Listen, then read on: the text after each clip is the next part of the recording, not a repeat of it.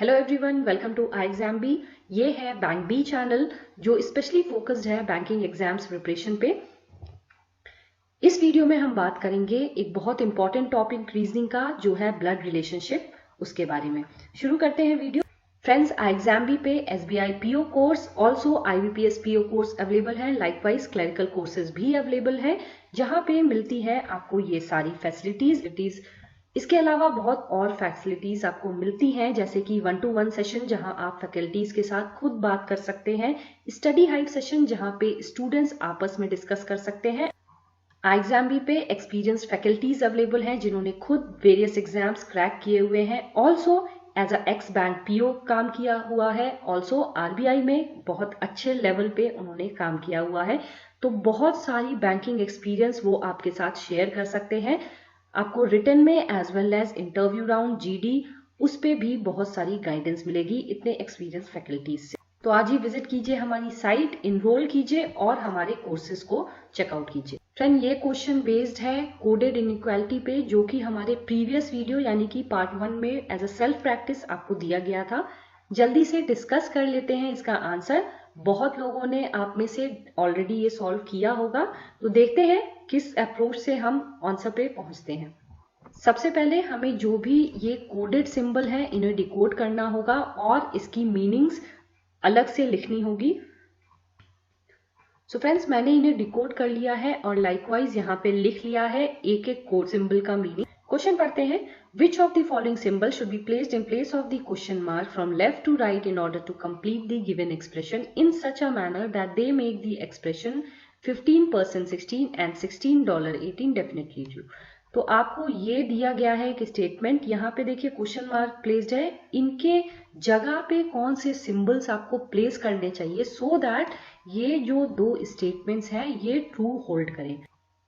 तो सबसे पहले जो आपको काम करना है वो ये होगा कि आप ये स्टेटमेंट्स और इन दो स्टेटमेंट्स को डिकोड करें और एक्चुअल उनकी जो मीनिंग है उस फॉर्म में लिखें। सो फ्रेंड्स, यहाँ पे मैंने डिकोड कर लिया है स्टेटमेंट को, जैसा कि आप देख सकते हैं। बढ़ते हैं सॉल्यूशन की तरफ।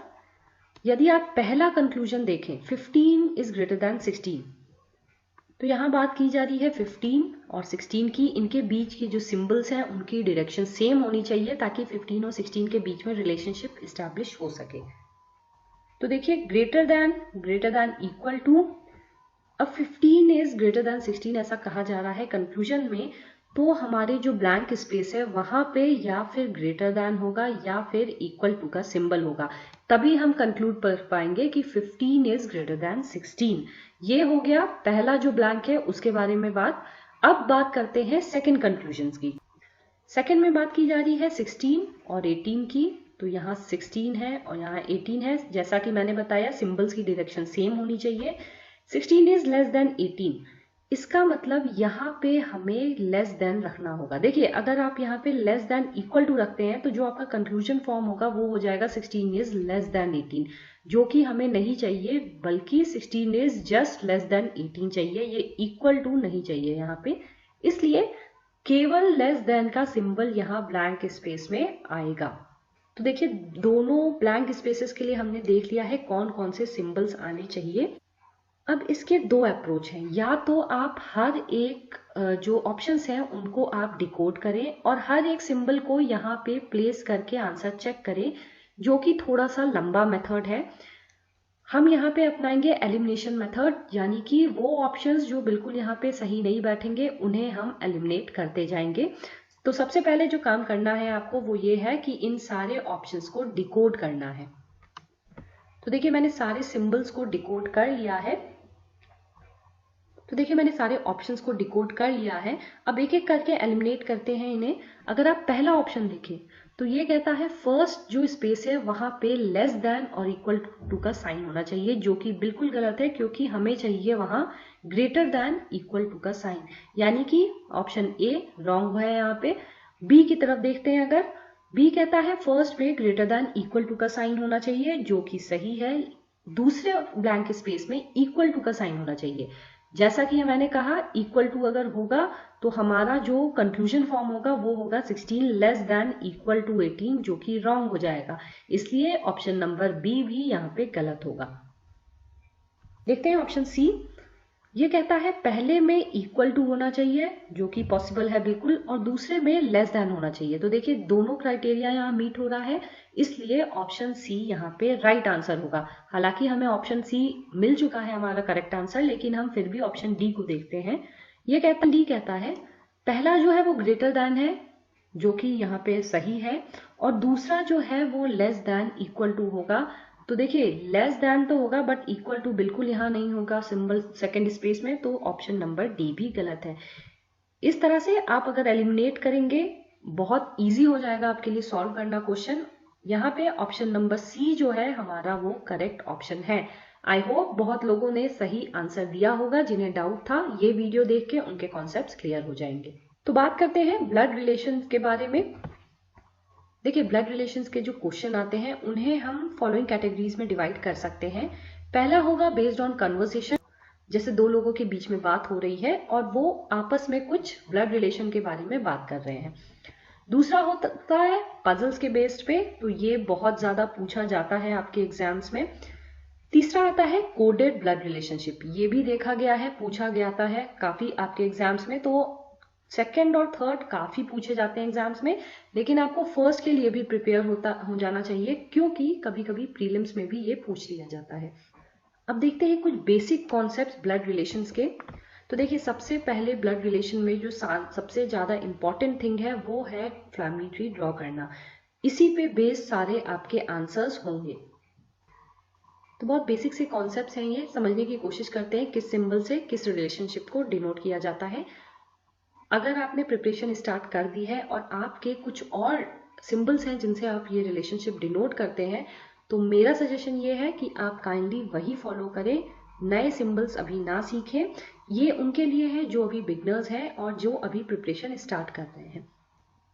तो देखिए अगर पेरेंट चाइल्ड रिलेशनशिप है, जैसे कि ए मान लीजिए बी की मदर है, तो उसे हम एज अ लाइन ड्रॉ करके डिनोट करेंगे, वर्टिकल और डायगोनल लाइंस, राइट। अगर मैरिज है, ए और बी जैसे कपल है, तो इसे हम क्रॉस सिंबल से डिनोट करते हैं। ब्रदर और सिस्टर है यानी कि सिबलिंग के रिलेशनशिप है, तो दो पैरेलल लाइन से डिनोट होता है ये। अगर मेल है तो प्लस सिंबल यूज होगा, फीमेल है तो माइनस सिंबल होगा। जैसा कि मान लीजिए ए जो है वो बी की मदर है, तो यहाँ पे माइनस लिखना होगा क्योंकि ए जो है वो फीमेल है। तो जैसे जैसे आप प्रैक्टिस करेंगे आपके कॉन्सेप्ट्स क्लियर होते जाएंगे इसके रिगार्डिंग। अब देखते हैं हर एक कैटेगरी के कुछ क्वेश्चन जो कि आपके कॉन्सेप्ट्स बिल्ड करें। फ्रेंड ये जो क्वेश्चन है वो बेस्ड ऑन कन्वर्सेशन है। पढ़ते हैं question. Neelam whose father is Rohit says to Indu. तो बात हो रही है नीलम और इंदु के बारे में। यहाँ हमें बताया जा रहा है रोहित जो है वो नीलम के फादर हैं। तो देखिए जैसे जैसे आपको इन्फॉर्मेशन मिलते जाते हैं, बहुत जरूरी है आप साथ में ही अपना डायग्राम भी ड्रॉ करते जाएं। लास्ट लाइन तक वेट ना करें डायग्राम ड्रॉ करने के लिए। तो हमें बताया जा रहा है रोहित जो है वो नीलम के फादर हैं, तो जल्दी से इसे प्लॉट कर लेते हैं अपने डायग्राम में। देखिए पेरेंट चाइल्ड का रिलेशनशिप है, ऑल्सो कहा जा रहा है रोहित फादर है, यहाँ पे प्लस सिंबल होगा। आगे कहती है नीलम इंदु से, your mother Rita is the younger sister of my father. तो यहाँ बोला जा रहा है इंदु से कि आपकी जो मदर है रीटा वो मेरे फादर की यंगर सिस्टर है। तो जल्दी से ये भी प्लॉट कर लेते हैं। रीटा इंदु की मदर है, तो यहाँ पे माइनस साइन होगा। देखिए मेरा सजेशन आपको ये है कि हालांकि नाम से नीलम और इंदु फीमेल लग रही हैं, बट जब तक स्पेसिफाइड ना हो क्वेश्चन में आप इनके जेंडर डिसाइड ना करें। अगर यहाँ कहा जाता है कि नीलम इज डॉटर ऑफ रोहित, तब जरूर आप नीलम के आगे माइनस साइन लगाएंगे, लेकिन यहाँ पे कुछ भी ऐसा नहीं कहा जा रहा है, तो हमें अभी तक नीलम और इंदु का जेंडर नहीं पता है। देखिए क्वेश्चन में ये भी कहा जा रहा है Rita is the younger sister of my father, मतलब रोहित और रीटा के बीच में सिबलिंग का रिलेशनशिप है, भाई बहन का रिश्ता है। आगे क्वेश्चन कहता है who is third child of Sohan ji. तो यहाँ पे जो हु है वो फादर के लिए डिनोट करता है, यानी कि रोहित के लिए। तो सोहन जी का जो थर्ड चाइल्ड है वो रोहित है। जल्दी से इसे भी प्लॉट कर लेते हैं। देखिए क्योंकि रीटा बहन है रोहित के, इसका ये मतलब है कि रीटा भी सोहन जी की डॉटर है। ऑल्सो यहाँ बोला जा रहा है सोहन जी के 3 चाइल्ड हैं, तो हो सकता है कोई और तीसरा चाइल्ड हो जिसके बारे में हमें अभी नहीं पता है। हुज वाइफ इज नो मोर, तो ये जो हुज है वो सोहन जी के लिए है, ये आपको जेंडर बता रहा है। हुज वाइफ इज नो मोर, इसका मतलब सोहन जी जो है वो हस्बैंड होंगे, यहाँ पे हम प्लस साइन डाल सकते हैं। आगे कहता है how is Sohan ji related to Indu. So relationship पूछा जा रहा है सोहन जी और इंदु के बीच में। तो यहाँ आप देखिए सोहन जी क्लियरली दिख रहा है कि वो ग्रैंडफादर है इंदु के। ऑप्शन नंबर सी यहाँ पे सही आंसर होगा। देखिए अगर पूछा जाता how is Indu related to Sohan ji, यहाँ पे अगर स्वैप कर दिया जाता क्वेश्चन तो हम ये बोल पाते कि इंदु ग्रैंड चाइल्ड है सोहन जी के, लेकिन ये नहीं पता ग्रैंडसन है या ग्रैंड डॉटर है, क्योंकि इंदु का हमें जेंडर नहीं पता है। बट सोहन जी कैसे रिलेटेड हूँ इंदु के, वो हमको डेफिनेटली पता है, क्योंकि सोहन जी का जो जेंडर है हमें पता है वो मेल है। सो सोहन जी इज ग्रैंडफादर ऑफ इंदु। बढ़ते हैं अगले क्वेश्चन की तरफ। तो देखिए ये जो सवाल है वो पजल्स पे बेस्ड है।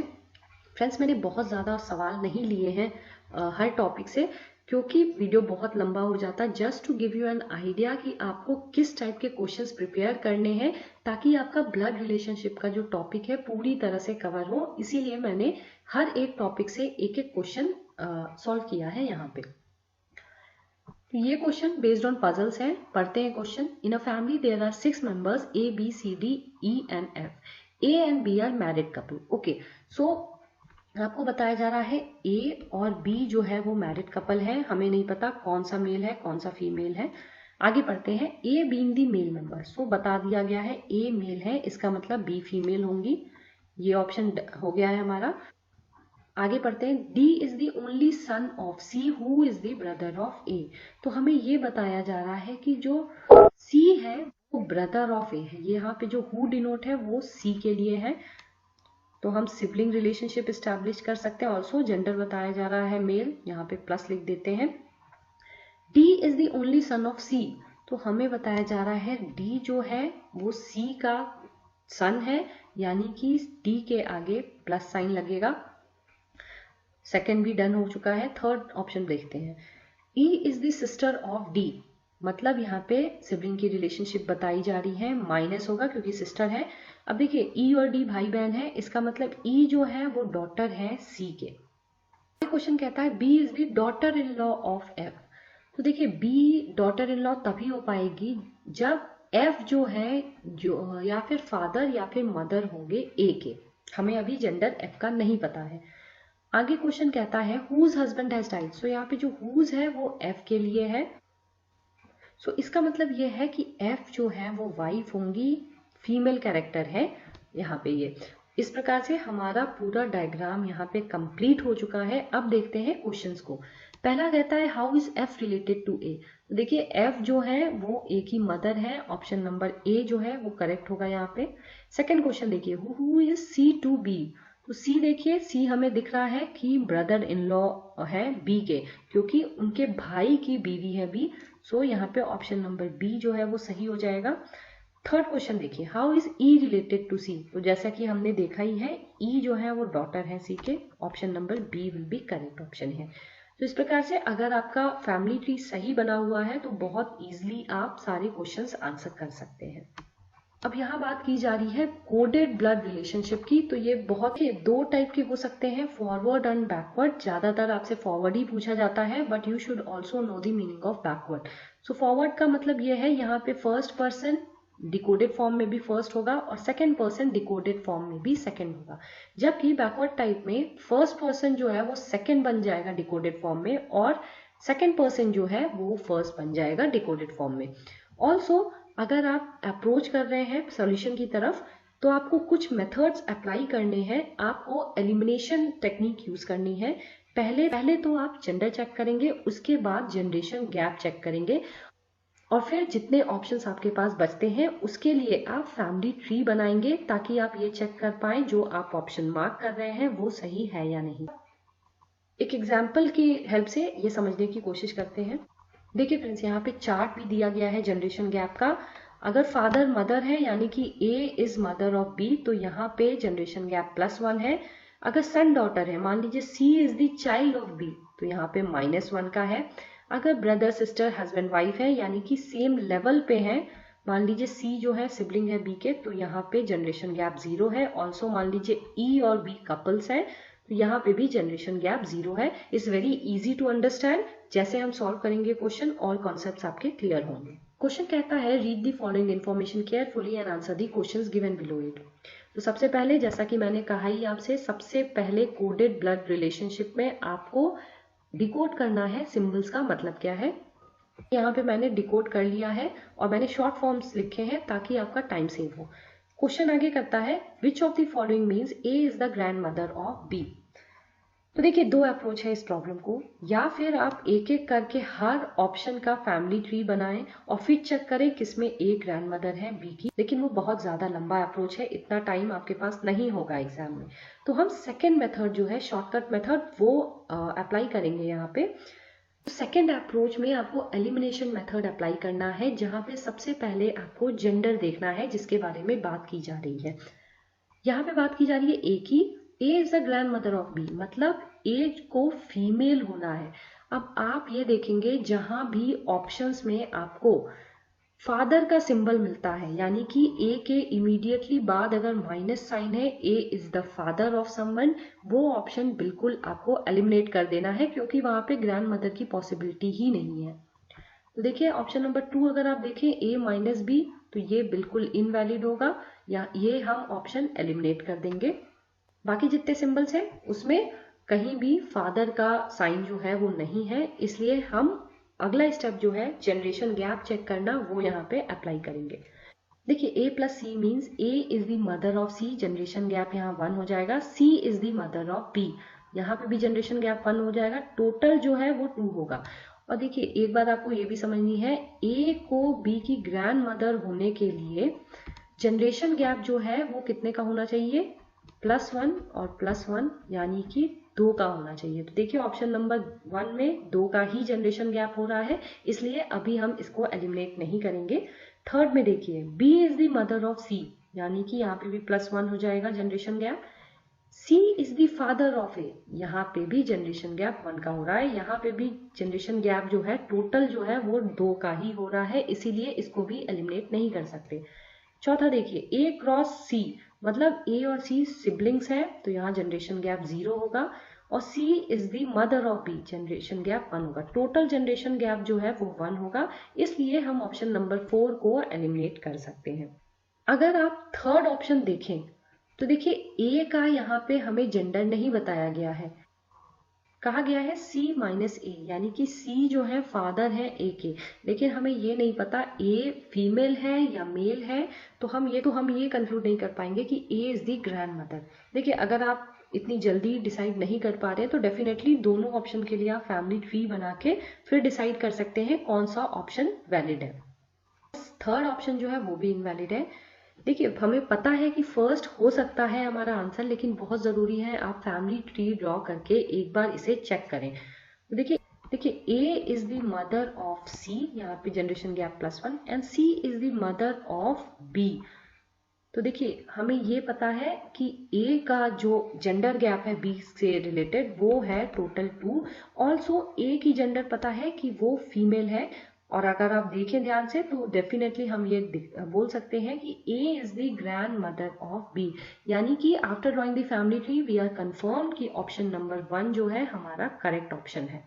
वैसे फ्रेंड्स बहुत इजी है कोडेड रिलेशनशिप भी क्वेश्चन सॉल्व करना। आपको बस अपने टेक्निक पे फोकस करना है और क्विक करना है, जो कि तभी आएगा जब आप ज्यादा से ज्यादा प्रैक्टिस करेंगे क्वेश्चंस। ये लास्ट क्वेश्चन जो है वो आपके सेल्फ प्रैक्टिस के लिए है। आंसर इसका हमारे नेक्स्ट वीडियो में डिक्लेयर होगा, तो करते रहिए प्रैक्टिस। फ्रेंड्स अगर आपको वीडियो अच्छा लगा तो जरूर लाइक करें, also subscribe to our channel so that you do not miss any of our video. Also, SSC B channel, our new channel, especially focused on SSC and railway exams preparation, is now live. Kindly visit our channel and do subscribe there so that you do not miss any of the videos. So friends, we'll be meeting soon with our new video. Till then, all the best and thanks for watching the video.